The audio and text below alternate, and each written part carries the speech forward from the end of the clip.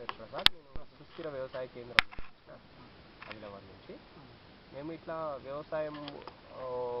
వ్యవసాయంలో పనిచేస్తున్నటువంటి రైతులు, వ్యవసాయం మీద ఆధారపడి పనిచేస్తున్నటువంటి రైతులు, వాళ్ళు ఎదుర్కొంటున్నటువంటి సమస్యలు, వాటి పరిష్కార మార్గాలు గురించి మేము అధ్యయనం చేస్తున్నాం.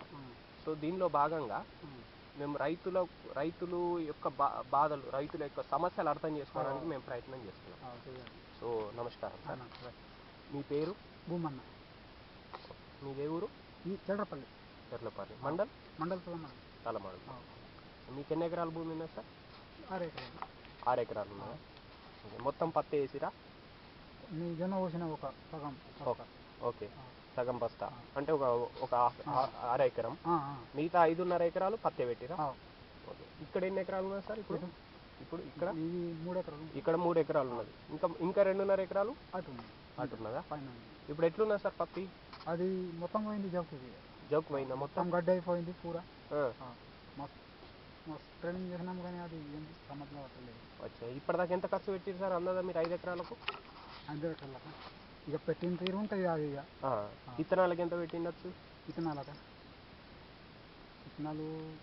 నేను ఇక దళాలు 5 బ్యాగులు పెట్టిరా? 6 బ్యాగులు పెట్టినా.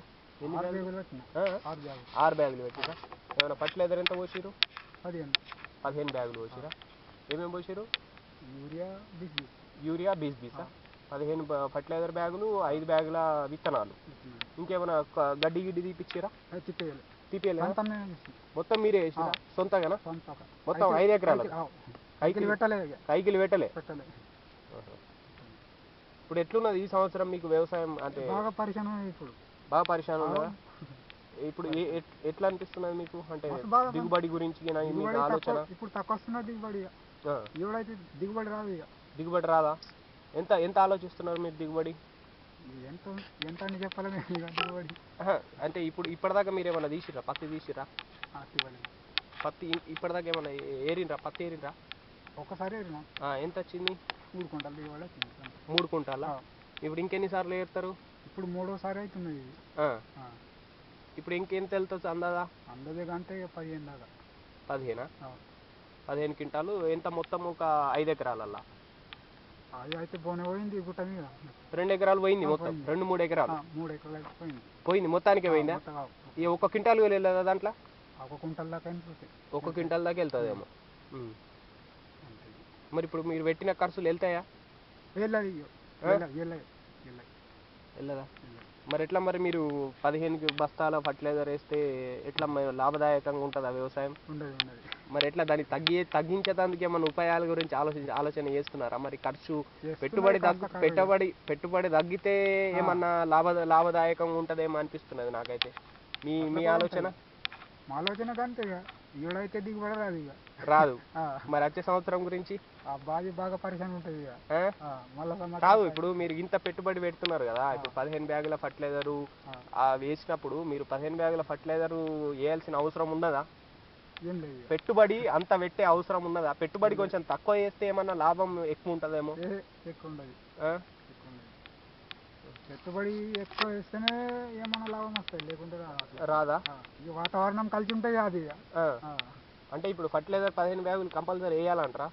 కంపల్సరీ. మరి ఏమన్నా ఫర్టిలైజర్ కాకుండా ఏమన్నా ఎరువులు వేస్తున్నారా? సేంద్రియ ఎరువులు అయితే ఓలు వస్తలేరా? లేవు ఇప్పుడు. పశువులు లేవు. మరి ఏదైనా వర్మీ కంపోస్ట్ ఏమైనా తయారు చేసుకునే పద్ధతి గురించి ఏమైనా ఆలోచన చేస్తున్నారా? ఏం చేస్తలేదు. ఓన్లీ రసాయనిక ఎరువులేనా? ఓన్లీ ఫర్టిలైజర్స్ DAP 20 యూరియా అంతే. సేంద్రియ ఎరువులు, వానపాముల ఎరువులు అవేం లేవా? మరి అవి వేస్తే కొంచెం ఇవి రసాయనిక ఎరువుల ఖర్చు తగ్గుతుంది కదా. మరి దాని గురించి ఆలోచన చేయట్లేదా? ఎంతసేపు అంటే తీసుకురావాలి, గింజలు తీసుకురావాలి, ఎరువులు తీసుకురావాలి, DAP 20 పోసుడు అంతేనా? అయ్యా గట్లా చేస్తే మరి లాభదాయక వ్యవసాయం ఎప్పుడైతే వేపకి ఇంత తక్కువ వస్తున్నాయి కానీ ఎక్కువ అయితే లాభం